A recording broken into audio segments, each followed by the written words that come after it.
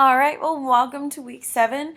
This is Sensation and Perception week 2. So, all about perception this week, so let's get started. So, what is perception? Now, perception is the method by which the sensations experienced by any given amount are interpreted and organized in some sort of meaningful fashion. What that means is that last week we studied all of sensation, of how our body takes external information and converts it into neural impulses or transduction. This is now when we are going to interpret that and allow our brain to process that information and use it however it needs to be done. And that's what perception is. Now, one of the big ways we do this is by size constancy. It's the tendency to interpret an object as always being the same actual size regardless of its distance. This is how we essentially process information. Is we like to keep things the same because it makes it easier for our brain to process. Remember, our brain is only using 12 watts of electricity, so if we try to do too much when we're thinking, it literally short circuits and kind of shuts down because we don't have that much energy. So in order for us to notice the changes, we do size constancy, which allows us to miss the small changes. It's not a perfect system, but it is a system. Now, size shape constancy is the tendency to interpret the shape of an object as always being constant, while its shape is changing on the retina. We see things as very stagnant. Things are unmoving, but in fact, because of our head is moving, because of our eyes are moving, all those things are actually moving on our retina, but we see it as consistently at the same place. Now, and finally, brightness constancy is the tendency to perceive apparent brightness of an object as the same even when light conditions change. Everything is constantly changing around us, and our brain cannot process that much change. 12 megawatts, people. So what we're going to see is that our brain ignores new information or allows us to continue old information as long as it possibly can. Now, 3 examples of shape constancy are shown here. As you can see, we see the books in different shape. However, we still see the original, and it allows us to process the information faster. It's all about being easier for our brain to process. Now, one of the big and most challenging areas this week are Gestalt Principles. Now, the first one is your figure ground. It's a tendency to perceive objects or figures as existing on a background. So it's 2 images on top of each other. One is more predominantly in the front, and the other one is in the background or the ground. And I have an example of that I'll show you in a second, as well as reversible figures. All of these are Gestalt principles. Keep in mind, when you think of Gestalt principles, you need to think of the whole is greater than the sum of the parts. So if you look at every small detail, you're going to see there's flaws. However, if you look at the image as a whole, you're going to see that there's a lot more information, a lot more detail. Now, reversible figures are also a Gestalt principle, and it's a visual illusion in which the figure and ground can be reversed. Okay, either or can go back and forth, like, for instance, here is your figure ground illusion. Now, your figure ground illusion is which one do you see first? Do you see wine goblet or do you see faces looking at each other? Now, this is your figure ground, and every time you look at it, it kind of goes front to back and kind of switches back and forth. Predominantly, you see the goblet first, or the vase, or whatever you want to call it, and then you see the faces, and that's the figure, then the ground would be the faces. Now, a Necker cube is an example of a reversible figure because it is not clear which pattern is more predominant. Is there a front panel or is the side panel the strongest? There's no clear one than the other. Now, when we talk about Gestalt principles, there are major key concepts. And they allow us to perceive more information. Now in class we did a little worksheet on it, so that is the best tool to use, but here's a quick little overview for you. Now, similarity is the tendency to perceive things that look in a group together as always being part of the same group. Like, for instance, in class, I see you talking to the same people every single day. So I assume that you guys are all friends outside of class, when in reality, some of you just see those people as your AP Psych friends, and you would never, ever in 1,000 years speak to them after class, but in class, you'll be nice to them. That would just displace my theory of the fact that I think you all are friends after school. Now, proximity is the tendency to perceive objects that are close to each other as part of the same group. So when everyone is close together, like for instance, I see you sitting at the table with your friends at lunch. I see that you're sitting with, there's 8 seats at the table, but you're really only sitting with 4, and there's 2 people on the other side, and they just happen to be there. Due to the fact that they're sitting at your table, I'm going to assume you're friends. You may have put like a seat on either side of them to separate yourself, but because they're actually sitting at your table, I'm going to assume that you're friends. Now, closure is the tendency to see complete figures that are incomplete. And this is all about finishing and filling in the gaps here. Contiguity is the tendency to perceive things that are simply possible with a continuous pattern rather than broken up pattern. We want to keep things simple. 12 megawatts here, people. So we got to use as much of our brain power as the same as possible, and let's not make things confusing. And then finally, contiguity, which is the tendency to perceive 2 things that happen close together as being related. Now, this is going to look kind of similar to what we did in class. Proximity, as you can see, we see all those dots. We see that they're near each other, so we assume they are in the same group. We see similarity, as in we see that there is an alternating pattern between 4 red, 4 black, 4 red, 4 black. Because they're color-coded, we assume they're together. Contiguity is that it's easier to say there's an X pattern or separated X or twisted X with a little bit of gap than saying that line AD is floating near CB. It's just too much brain power, so we don't think of it like that. Now, as we've seen development of perception, perception isn't something we're strictly born with. Now, we have depth perception, which is our ability to perceive the world in 3 dimensions or understand that there's danger off of cliffs and all that stuff. Now, depth perception is innate, which means you're born with it. Babies have it, as we're going to see in a famous experiment. And then we also are going to see that, however, although we are born with it, it is honed over our life experiences and such. So little babies can still be tricked and go off the edge. However, we're going to see that the more walking we do and the more exposure we do have to heights and dangers and distance and all that stuff, we become a lot more sensitive to distance. Now, I still can't walk correctly, but we can do that. Now, one of the most famous experiments on perception is going to be the visual cliff. And it shows we have a shallow side over glass and under glass, and then we have a deep side, which has a different pattern to make it look like it's deeper and darker. Now we're going to put babies on the shallow side and see if they'll climb over to the deep side. Now we're going to make the checkers a lot bigger to make it look like it's much further down, all those types of things to try to trick the baby. And we're going to see that the babies actually are not going to go all over at the visual cliff. Now keep in mind there is no cliff. Okay, we're not trying to kill the babies here, but we are going to see if they go and they don't. Okay, now when we're looking at depth, we are going to notice that it is innate. These babies were born with the knowledge not to crawl across if you can't tell how deep it is. However, it is important to note that although the babies don't do it, as they get older, they'll become more and more aware of it. Now, one of the trickier components of perception is your cues, monocular and binocular. Now you're also down on that worksheet I was referring to earlier, by the way.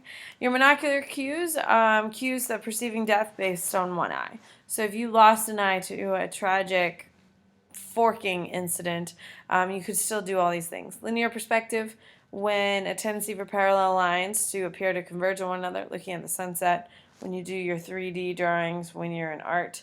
Relative size, for instance, the perception that occurs when objects expect a certain person to appear much smaller than they are. So, for instance, in our drawings, we did a big person and a little person. We assumed that the little person was further away. Interposition or overlap, either of the two, is the assumption that appears to be blocking another. So if I see, like right now, I see Duncan standing in front of my TV, I know that Duncan is in front of my TV. But if the TV was in front of Duncan, I would say the TV is closer to me than Duncan. Overlap. Now, another monocular cue is our aerial perspective, that things in the far distance have a bit of a haze around it, while further away there's more haze, causing the distance perceived as greater.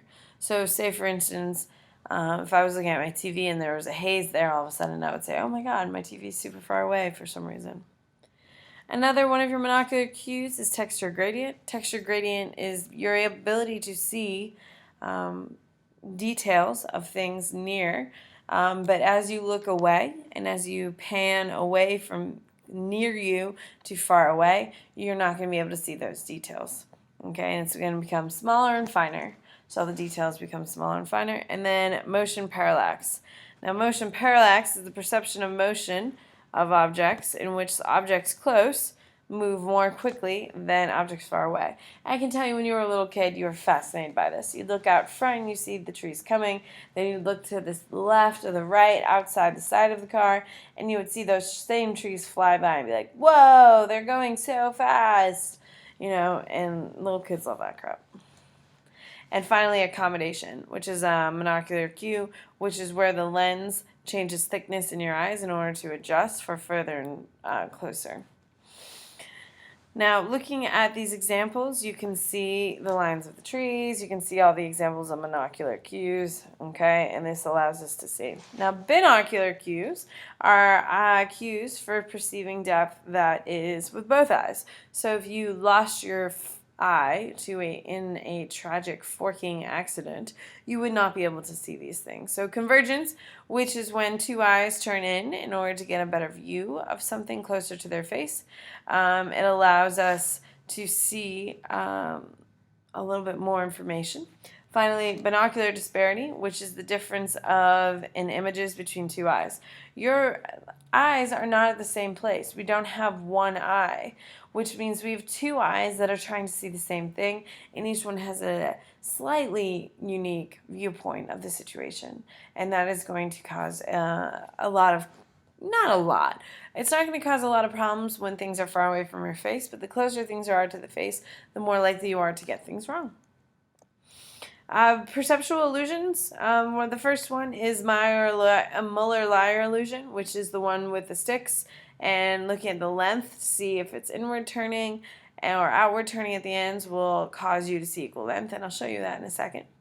The moon illusion as well. The moon on the horizon appears to be larger than the moon in the sky, and that's based on the poso. If there's nothing to reference, then everything looks small.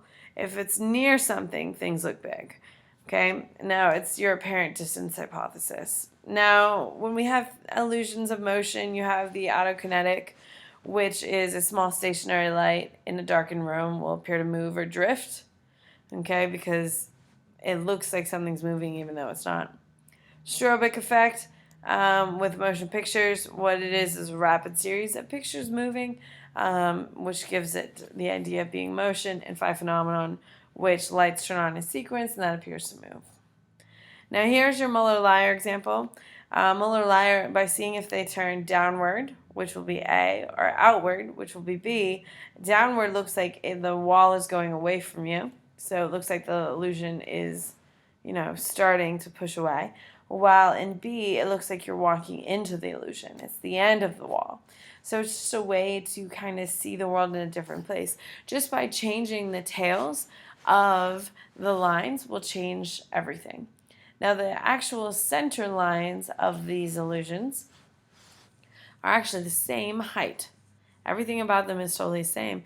It's just the perception we receive by seeing if the lines are inward or outward. Now here is your moon illusion. As you can see in the bottom left, you see the moon next to the tree looks absolutely humongous because the tree is so much smaller than it. Well, yeah, it totally is. It's a moon. It's like half the size of the Earth or something crazy like that. So of course it's going to be bigger than a tree. However, when the moon is high up, as we can see in the upper right-hand corner, you're going to see that because there's nothing to compare it to, it looks so small, especially compared to A. So we can see that that's a big issue. Now, factors that influence perception, perceptual sets. It's easier for us to perceive information from previous experiences. When you walk into a room, you expect the room to look a certain way. That's perceptual set. You expect to have 4 walls, maybe a door, maybe some windows, 90-degree right angles, all those types of things. It allows us to process information faster because that's really what our brain wants to do, is just process information faster. One of the other ways we process information is top-down processing. Now, top-down processing is when we look at the whole and then try to look at the parts. So when you, for instance, know something, you know what the answer could be, so you're trying to find that answer by looking at information and trying to prove your answer, top-down processing. Now, when you don't understand something and you don't know what it is, it's called bottom-up processing. When you're looking at each individual each individual part and trying to figure out how they fit into the in the major context of everything else. It's called bottom-up processing. Now, bottom-up processing is when little kids learn how to read and they say ball is blue. Oh, the ball is blue. Okay, when they do make sounds like that, when they sound out every single letter, that is called bottom-up processing. They're looking at each individual letter, then seeing the word, understanding the word, then they put in a sentence, and then they derive meaning. That is a perfect example of bottom-up processing. You use bottom-up processing every time you're learning something new or have seen something you've never seen before. Now, perceptual set is at the left, you see a man's face, and as it changes, you still want to see a man's face, but you may also see a woman turning away and shielding her face. Now, another one would be a devil's trident. Now, looking at this, you can see that it has three-pronged tridents. Now, when you look at that, you want to see it because, frankly, it looks like it's there and it's easier to process that information. However, when you actually stop and look at it, you're going to see it is actually cannot exist because one of the prongs cannot be created because, in fact, it's not created. It actually cannot be made. Now, when you deal with psychology, you're also going to deal with some applications of it. Now, some of the ways psychology is used is in extrasensory perception, or ESP, which claims the perception that occurs without the use of normal sensory skills, which means people are picking up information that's not just vision, hearing, taste, all of those things that we studied last week of sensation receptors. They're saying that they pick up an additional sense. Now, there's three major ways.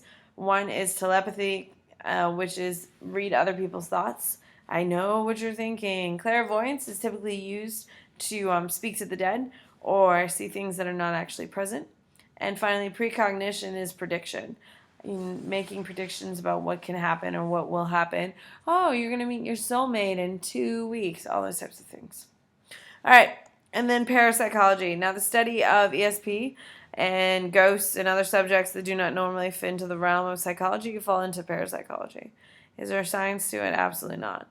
Can some people maybe do it? Sure, if that makes you feel better. But there's no real science behind it, but it does base off some sort of psychology. So, and we just have examples of tests for telepathy. One person looks at each card after pulling it from a randomly shuffled deck of these 5 cards, and they think about the image. The person being tested telepathically cannot see the card and is supposed to guess the shape. Okay? So, the more accurate they are is the more telepathic they are. So, if your friend says, "Oh my God, I can see dead people," have them do the game. Anyway, guys, it's going to be a great week. I look forward to seeing you in class and completing some of our big assignments. I hope you're doing well. If you need something, please let me know. Have a great week.